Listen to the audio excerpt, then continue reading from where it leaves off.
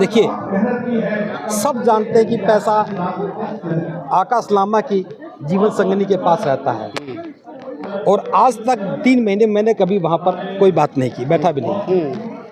अगर मैंने कोई 1 रुपया भी लिया तो प्रमाण के साथ उनको आना चाहिए था। पहली बात तो ये, जिसने दिया उसको आगे करना चाहिए था, किसको दिया, किस लिए दिया।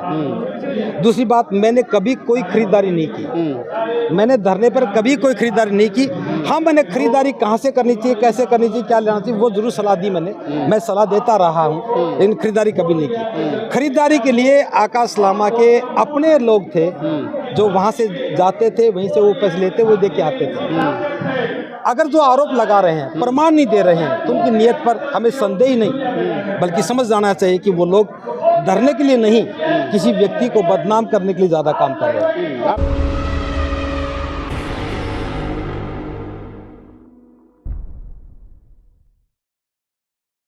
दिल्ली के जंतर मंतर पर हूँ और दिल्ली के जंतर मंतर पर महाबोधि महाविहार को लेकर के बड़ा आंदोलन जो है वो चल रहा है। मेरे साथ विक्कू करुणा सिंह राहुल हैं और महाबोधि महाविहार मुक्ति आंदोलन को लेकर के अक्सर आपने उनको मुखर अंदाज में सुना है, चाहे तो गया का प्रांगण हो और चाहे दिल्ली देश की राजधानी में। बंते जी, आंदोलन तो खदेड़ दिया नीतीश सरकार ने और आज आप फिर देश की राजधानी दिल्ली में फिर इकट्ठा हुए हैं, तो क्या संदेश है, क्या पैगाम देना चाहते हो? कोई भी आंदोलन सरकार खदेड़ नहीं सकती। कुछ आंदोलनकारियों को सरकार खदेड़ सकती है। तो सरकार के बिठाए हुए लोग थे, सरकार ने उठा दिए। और सही बात तो वो बैठे ही नहीं थे, वो तो हम जाकर के बैठ गए थे, तो मजबूरी में 3 महीने बिताने पड़े। तो ये आंदोलन कभी खत्म नहीं होगा जब तक बीटी एक्ट निरस्त नहीं हो जाता, तब तक ये आंदोलन खत्म नहीं होगा। और मैं एक बात बता देता हूँ, आंदोलन कभी एक व्यक्ति का मोहताज नहीं होता। ये समाज का आंदोलन है, बौद्ध समाज का आंदोलन है, बहुजन समाज का आंदोलन है, पूरे विश्व के बौद्धों का आंदोलन है। एक व्यक्ति की बदनीयती से ये खत्म नहीं हो सकता। नहीं, आप करें एक व्यक्ति की बदनीयती से ख़त्म नहीं हो सकता, लेकिन एक व्यक्ति चेहरा बन जाता है। वही व्यक्ति कहता है 10 तारीख को आकर के, जबकि 12 तारीख को बड़ा आंदोलन होने जा रहा है, और 10 तारीख को आकर के आंदोलन ख़त्म कर देता है। देखिए, इस लिबास में कौन कैसा है पता तो बाद में लगता है ना। हमने भी भरोसा किया था, लेकिन जब हमें पता लगा कि हम वहाँ लगातार बैठे हैं, बड़ी तादाद में बैठे हैं, बड़े संघ के साथ बैठे हैं, इसके बावजूद भी हमारी अनुपस्थिति में चुपचाप फैसला लेकर के घोषणा कर दी, तो हमारा विरोध हुआ। हमने कहा भी घोषणा आपने किससे पूछी की? क्या हम लोग आंदोलन के हिस्से नहीं है? क्या समाज आंदोलन को ताकत नहीं दे रहा? क्या समाज आंदोलन के लिए धन नहीं दे रहा? जो समाज दे रहा है, इतना बड़ा निर्णय अकेले क्यों ले लिया? पुलिस के साथ बैठ के क्यों ले लिया? थाने में बैठ के क्यों ले लिया? इसका मतलब या तो पुलिस से डर गए हो या पुलिस की प्लानिंग से काम कर रहे हो। तो हम ये स्वीकार नहीं करेंगे। और अब मैं कह सकता हूँ, बोध गया में क्या हुआ ये मुद्दा नहीं है। आज ये आंदोलन देश की राजधानी में नजर आ रहा है, तो ये इसलिए नजर आ रहा है कि हमने आंदोलन को खत्म होने नहीं दिया। एक सवाल निकल करके आता है कि भिक्षु का एक वेशभूषा होता है, एक चीवर होता है, पता चलता है बहुत भिक्षु है।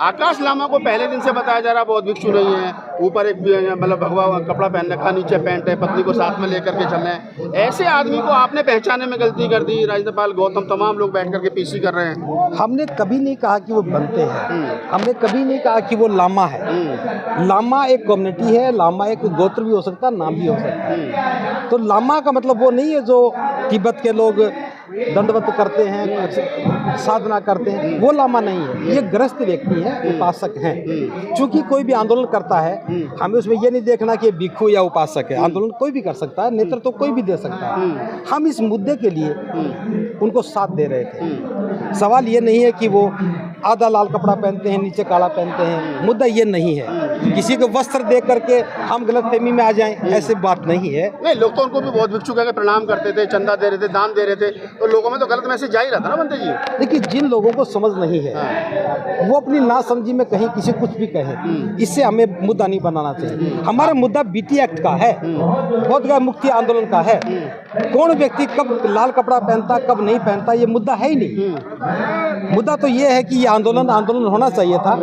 और आज हम आंदोलन को बाइंड अप करके एक बुद्ध विहार के कमरे में बाइंड अप करके बैठे हैं, तो ये सवाल पूछा जाना चाहिए। एक साथी हैं बनते बिनाचार्य जी, जेल में हैं, और तो उनके लिए भी बड़ा कष्ट है, समाज को भी बड़ी पीड़ा है कि बौद्ध भिक्षु जिनको धर्म का काम करना चाहिए था सरकार ने जेल में डाल दिया, तो क्या उनको छुड़ाने की कोई प्लानिंग? देखिए, मैं तो पहली बात तो ये कहूँगा, जो आंदोलन करते हैं, संघर्ष करते हैं, उन पर मुकदमे दर्ज होते हैं, वो जेल में भी जाते हैं, और किसी भी आंदोलनकारी के लिए ये फक्र और सम्मान की बात होती है। लेकिन इस मामले में अफसोस है हमें कि मुकदमा धरना स्थल से लिखा गया और धरने पर बैठे हुए लोगों के द्वारा लिखा गया, और उन्हीं की सह पर एक और मुकदमा लिखा गया जिसके तहत बनते बिनाचार्य को जेल की सलाखों के पीछे जाना पड़ा। ये समाज को सोचना चाहिए, ये समाज को समझना चाहिए। जो अपने बीच में बैठे हुए दो भिक्षुओं पर आरोप लगा करके उन्हें जेल के पीछे भेजने की योजना बना रहा हो, उस आदमी पर भरोसा करना समाज के लिए बहुत घातक होगा, बहुत घातक होगा। एक सवाल और निकल करके आता है, आपके भी ऊपर आरोप लगा है कि भिक्षु करुणा सिंह राहुल जो है वो चंदे का पैसा लेकर के चले गए, चीवर के नाम पर, बर्तनों के नाम पर, कितनी सच्चाई है? देखिए, सब जानते हैं कि पैसा आकाश लामा की जीवन संगिनी के पास रहता है, और आज तक 3 महीने मैंने कभी वहाँ पर कोई बात नहीं की, बैठा भी नहीं। अगर मैंने कोई 1 रुपया भी लिया तो प्रमाण के साथ उनको आना चाहिए था।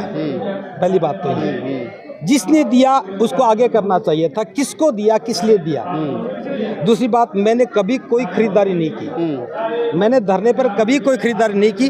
हाँ, मैंने खरीदारी कहाँ से करनी चाहिए, कैसे करनी चाहिए, क्या लेना चाहिए, वो जरूर सलाह दी मैंने, मैं सलाह देता रहा हूँ, लेकिन खरीदारी कभी नहीं की। खरीदारी के लिए आकाश लामा के अपने लोग थे जो वहाँ से जाते थे, वहीं से वो पैसे लेते, वो दे के आते थे। अगर जो आरोप लगा रहे हैं, प्रमाण नहीं दे रहे हैं, तो उनकी नीयत पर हमें संदेह ही नहीं, बल्कि समझ जाना चाहिए कि वो लोग धरने के लिए नहीं, किसी व्यक्ति को बदनाम करने के लिए ज़्यादा काम कर रहे हैं। आप कह रहे हैं कि धरने के लिए नहीं, धंधे के लिए वो आए थे। मैं अगर दूसरी भाषा में कहूँ, वो धर्म के नाम पर धंधा। चलो, ये आप कह सकते हैं। हाँ। क्योंकि मैं ऐसी भाषा नहीं बोलता हूँ। मैं बोल सकता हूँ कि वो धरने के नाम पर धंधा करके चले गए। अब एक आखिरी सवाल चलते चलते ले लेते हैं कि अब क्या प्लान है? धरना दोबारा से शुरू होगा, प्रोटेस्ट दोबारा से शुरू होगा, या क्या करेंगे आप लोग अब आगे? देखिए, ये इस बात का उत्तर देना जल्दबाजी होगी। ये जो आज धरना हुआ है, ये उस आंदोलन को जिंदा रखने का एक बहुत बड़ा प्रयास है। देश की राजधानी में अगर हम बात कर रहे हैं तो उस आंदोलन को जिंदा रखने का प्रयास कर रहे हैं। और कल और परसों 2 दिन में यहाँ नेशनल जो ऑर्गेनाइजेशंस हैं, उन सब की कोऑर्डिनेशन कमेटी बना करके इस आंदोलन को राष्ट्रव्यापी बना करके पूरे देश के सभी आंदोलनकारियों को, संघर्ष करने वालों को, संगठनों को शामिल करके हम राष्ट्रव्यापी योजना साथ काम करेंगे। मैं ये नहीं कह सकता कि धरना देंगे या नहीं देंगे, कब से क्या करेंगे। ये जो कमेटी बनेगी, ये उसका निर्णय होगा और वो कमेटी फैसला करेगी।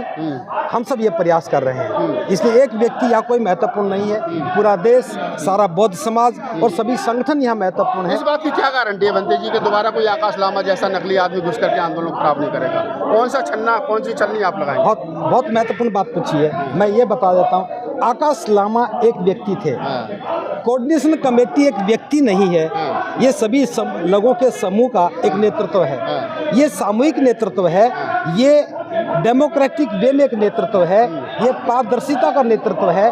इसलिए एक व्यक्ति, मैं गलत हो सकता हूँ, लेकिन मेरे साथ बैठे हुए 50 भिक्षु गलत नहीं हो सकते। एक नागपाल, नाम भूल गया, राहुल नागपाल गलत हो सकता है, लेकिन सभी लोग गलत नहीं हो सकते। जो कोऑर्डिनेशन कमेटी का काम यही है, कोई एक व्यक्ति महत्वपूर्ण नहीं है, जो कमेटी ने निर्णय लिया वो महत्वपूर्ण है। अगर सफल होंगे तो पूरे देश के लोगों की जीत होगी, अगर असफल होंगे तो फिर सारे देश के जो संगठन करता है उनकी हार होगी। एक व्यक्ति ना जीतता है ना हारता है, ये इस कमेटी की खूबसूरती होगी। यही इस कमेटी की खूबसूरती होगी।